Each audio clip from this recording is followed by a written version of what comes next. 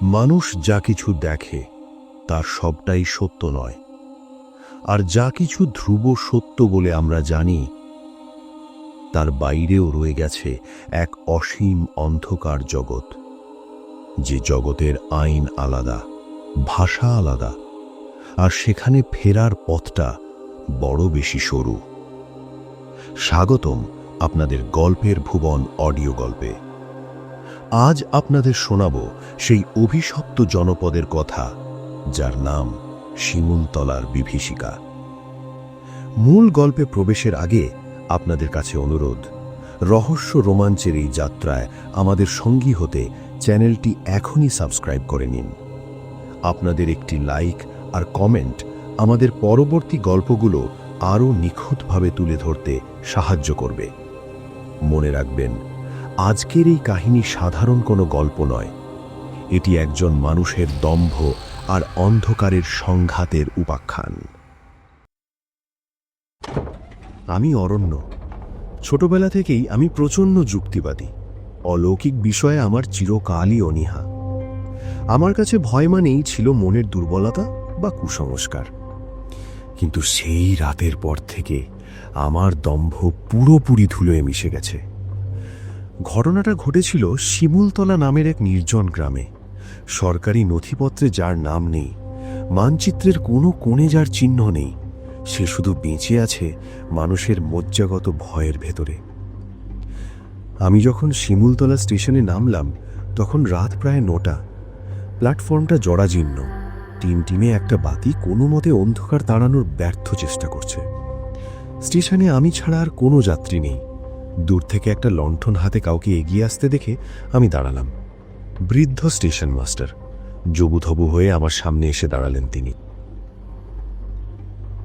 Master মশাই লণ্ঠনটা আমার মুখের কাছে তুলে ধরে অবাক হয়ে বললেন, এই অসময়ে এখানে নামলে যে বাবা, ওদিকে যেও না, আজ রাতটা এখানেই কাটিয়ে দাও। আমি সামান্য তাচ্ছিল্যের হাসি হেসে বললাম, কেন মাস্টার মশাই? আমি তো শুনলাম শিমুলতলার জমিদার বাড়িটা বেশ প্রাচীন আর রহস্যময়। আমি সেই বাড়িরই ইতিহাস লিখতে এসেছি। ভয়ের কিছু নেই, আমার সাথে রিভলভার আছে। মাস্টার মশাই একটা দীর্ঘশ্বাস ফেলে খানিকটা কেশে নিয়ে বললেন, রিভলভার দিয়ে মানুষকে মারা যায় বাবা, কিন্তু যা মানুষ নয় তাকে মারবে কি দিয়ে? ওই গ্রাম এখন আর আমাদের নেই। দিনের আলো ফুরিয়ে গেলে ওখানে বাতাস বিষাক্ত হয়ে ওঠে। যারা ওদিকে পা বাড়িয়েছে তারা কেউ ফিরে আসেনি, আর ফিরলেও তাদের ভেতরটা আর আগের মতো থাকে না। আমি বৃদ্ধের কথাগুলোকে স্রেফ গ্রামীণ কুসংস্কার বলে উড়িয়ে দিলাম। আমি অরণ্য, আমি ভয় পেতে শিখিনি। মাস্টারমশাইয়ের সতর্কবার্তা পেছনে ফেলে আমি গ্রামের মেঠো পথের দিকে পা বাড়ালাম। পেছন ফিরে একবার দেখেছিলাম, মাস্টারমশাই তখনও প্ল্যাটফর্মে পাথরের মতো দাঁড়িয়ে আমার যাওয়ার পথের দিকে তাকিয়ে আছেন। চারপাশে এক নিরেট স্তব্ধতা, বাতাসে কুয়াশার নোনা আর ভেজা গন্ধ। বহুদূরে শ্মশান কিংবা জঙ্গলের কোনো কোণ থেকে ভেসে আসা শিয়ালের হাহাকার রাতের এই নীরবতাকে যেন বিদ্রূপ করছে। মেঠো পথটা দুপাশে গহীন অরণ্যের কোল ঘেঁষে এক নিঃসঙ্গ গ্রামের দিকে নিয়ে গেল। নদীর কিনারায় পৌঁছে দেখলাম জলটা অদ্ভুতভাবে নিথর, যেন কোনো মৃতদেহের স্থির হয়ে যাওয়া চোখের মণি। আকাশ এখন কুচকুচে কালো। হঠাৎ নদীর ওপার থেকে একটা শব্দ এলো, কেউ যেন আর্তনাদ করছে। শব্দটা আকাশ ভরে আসছে, আবার পরক্ষণেই মনে হলো একেবারে গানের লতিতে কেউ ফেলে শব্দটা করে গেল। আমি থমকে দাঁড়ালাম। আমার যুক্তিবাদী মন বলছে ওটা হয়তো বাতাসের শব্দ, কিন্তু আমার শরীর যেন সিঁটিয়ে যাচ্ছে। আমি নিজের মনের সাথে লড়াই করলাম, না, আমি ভয় পাবো না। জরাজীর্ণ সেই অট্টালিকার সামনে গিয়ে দাঁড়ালাম। বিশাল তার আকৃতি, কিন্তু প্রতিটি ইট থেকে যেন নিঃশব্দ এক হাহাকার বেরিয়ে আসছে। দেয়ালে শ্যাওলার পুরো আস্তরণ, জানালায় মরচে ধরা আদিম লোহার শিক। সদর দরজাটা হাত খোলা। আমি দরজায় হাত রাখলাম। কাঠ নয়, যেন কোনো জমাট বরফ স্পর্শ করলাম। ভেতরে পা রাখতেই এক অদ্ভুত গন্ধ নাকে ঝাপটা দিল।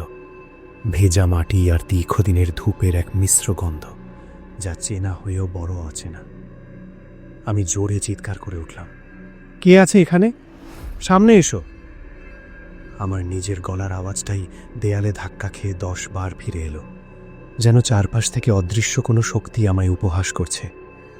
আবছা আলোয় দেয়ালের ছায়াগুলো মেঝেতে লম্বা হয়ে শুয়ে আছে। মনে হলো সেই ছায়াগুলো যেন খুব ধীর গতিতে নড়ছে, আষ্টে পৃষ্ঠে জড়িয়ে ধরতে চাইছে আমায়। আমি দোতলায় উঠলাম। প্রতিটি পদশব্দ সেই নিস্তব্ধ ঘরের বুক চিরে প্রতিধ্বনি তুলছিল। ঘরের মাঝখানে একটা খাট, তার উপর থপথপে সাদা চাদর পাতা। চাদরের মাঝখানে একটা ভাঁজ দেখে আমার বুকটা কেঁপে উঠল।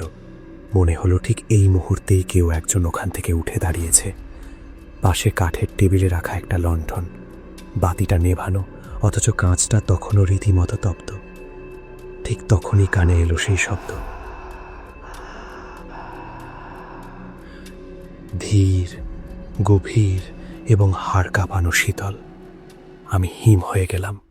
শব্দটা আমার ঠিক পিছন থেকে আসছে। আমি ঘুরে তাকালাম, কিন্তু কেউ নেই, শূন্যতা। তবু মনে হলো চারপাশের বাতাসটা ক্রমেই আমাকে পিষে ফেলার চেষ্টা করছে। দেয়ালের ছবির দিকে তাকিয়ে দেখলাম সারি সারি মুখ, কিন্তু সবার দৃষ্টির গভীরতা একই রকম, শূন্য এবং প্রাণহীন। ছবির নিচের নাম আর তারিখগুলো সব আলাদা হলেও প্রতিটি তারিখের শেষে একটি করে রক্তবর্ণের অভিশপ্ত চিহ্ন। হঠাৎ এক ভয়াবহ উপলব্ধি হলো আমার। এই মানুষগুলো কেউ মারা যায়নি, এরা সবাই হারিয়ে গেছে, হারিয়ে গিয়ে এই অভিশপ্ত দেয়ালে চিরস্থায়ীভাবে বন্দী হয়ে গেছে। হঠাৎ ঘরের এক কোণে একটি আবছা ছায়া দেখতে পেলাম, অবিকল মানুষের মতো অবয়ব, মাথা নিচু হয়ে স্থির দাঁড়িয়ে। ঠিক তখনই মাথার ভেতর এক শান্ত অথচ গম্ভীর কণ্ঠস্বর আছড়ে পড়ল, এখানে কেউ আসে না, সবাই ফিরে আসে। অরণ্য, তোমার সাহস কি ফুরিয়ে গেল? কথাটা কানে নয়, সরাসরি মস্তিষ্কের কোষে কোষে প্রতিধ্বনিত হলো। আমি প্রাণপণ দৌড়াতে চাইলাম, কিন্তু পা দুটো যেন মেঝের সাথে পাথরের মতো গেঁথে গেছে। মনে হলো মেঝেটা আস্ত একটা জীবন্ত শরীর, যা আমায় গিলে নিতে চাইছে। অমানসিক পরিশ্রমে নিজেকে ছাড়িয়ে কোনো মতে বাইরে বেরিয়ে এলাম। আমি উন্মাদের মতো স্টেশনের দিকে দৌড়াতে লাগলাম। মনে হচ্ছিল গ্রামটা আমার পিছু ছাড়ছে না, ছায়ার মতো সঙ্গে সঙ্গে হাঁটছে। স্টেশনে যখন পৌঁছলাম, মাস্টারমশাই তখনও লণ্ঠন নিয়ে একই জায়গায় বসে। আমাকে দেখে তিনি শুধু ম্লান হাসলেন, বললেন, ফিরলে তো বাবা, কিন্তু তোমার ছায়াটা কোথায় ফেলে এলে? আমি নিজের পাড়ের দিকে তাকালাম। আমার টর্চের আলোয় কোনো ছায়া পড়ছে না। আমি বুঝতে পারলাম আমার একটা অংশ শিমুলতলার সেই দেয়ালের অন্ধকারে বন্দী হয়ে গেছে। আজও গভীর রাতে যখন হুট করে ঘুম ভেঙে যায়, সেই ভারী নিঃশ্বাসের শব্দ পাই, নাকে আসে সেই নামহীন বিদকুটে গন্ধ। মনে হয় কেউ একজন আমার একেবারে ঘাড়ে নিঃশ্বাস ফেলছে। আমি এখানেই আছি, তোমার প্রতিটি পদক্ষেপে, সব সময়। এই অনুভূতিটা যদি আপনার ভেতরেও রয়ে যায়, তবে গল্পটি শেয়ার করতে ভুলবেন না। আপনাদের সমর্থনই আমাদের এই রহস্যময় যাত্রার রসদ। গল্পের ভুবন অডিও গল্পে পাশে থাকুন, সাবস্ক্রাইব করুন এবং আমাদের পরিবারের অংশ হয়ে যান। আজ তবে এই পর্যন্তই। মনে রাখবেন, গল্প শেষ হলেও কিছু ভয় কোনোদিন শেষ হয় না। শুভরাত্রি।